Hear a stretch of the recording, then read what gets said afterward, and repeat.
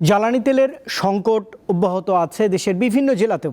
কোনো কোনো পাম্পে পুলিশ মোতায়েন থাকলেও ট্যাগ অফিসার নেই। খালি বোতল আর বালতিতে তেল নিয়ে যাওয়ার ঘটনাও ঘটছে। রংপুরের বেশিরভাগ পেট্রোল পাম্পে পুলিশ মোতায়েন থাকলেও ট্যাগ অফিসারের দেখা মেলেনি। ফলে খালি বোতল আর বালতিতে করে তেল নিয়ে যাচ্ছেন অনেকেই। অভিযোগ আছে কেউ কেউ সরকারি কর্মকর্তার পরিচয় দিয়ে বরাদ্দের বেশি তেল নিচ্ছেন। 9টার সময় সিরিয়ালে দিয়েছি, এই যে এখন বাজে 2টা। তেল নেওয়ার জন্য আজকে সারাদিন চলে গেল। বয়স্ক মানুষ আমি কথা বলতে পারবো না, চাহিদা কত ছিল আমরা কেমন করে বলবো। আমরা পাইছি 3000, সেই কথা বলেন। ফুয়েল কার্ডের পর এবার ফুয়েল অ্যাপের মাধ্যমে তেল বিক্রি শুরু হয়েছে নওগাঁয়। প্রাথমিকভাবে সদর উপজেলার 11টি পাম্পে এই কার্যক্রম শুরু হয়েছে, তবে ভোগান্তি কমেনি বলে দাবি গ্রাহকদের। ঠাকুরগাঁওয়ে চালু করা ফুয়েল কার্ড ব্যবস্থায় শৃঙ্খলা এলেও কমেনি চালকদের ভোগান্তি। সোমবারও দীর্ঘ লাইনে দাঁড়িয়ে ঘন্টার পর ঘন্টা অপেক্ষা করতে হয়েছে গ্রাহকদের।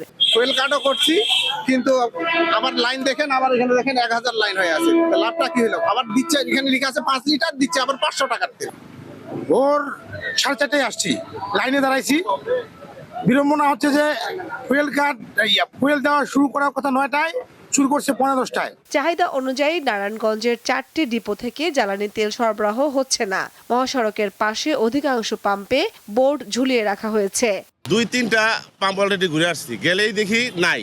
তৈলের সংকট, বাংলাদেশ সরকার বলছেন যে তৈলের কোনো সংকট নেই, কিন্তু আন্তর্জাতিকভাবে শোনা যাচ্ছে যে তৈলের সংকট আছে। জ্বালানি তেল সংকটের প্রভাব পড়েছে পটুয়াখালীর নিত্যপণ্যের বাজারে। পরিবহন ভাড়া বেড়ে যাওয়ায় বেশি দামে পণ্য ক্রয় করতে হচ্ছে বিক্রেতাদের।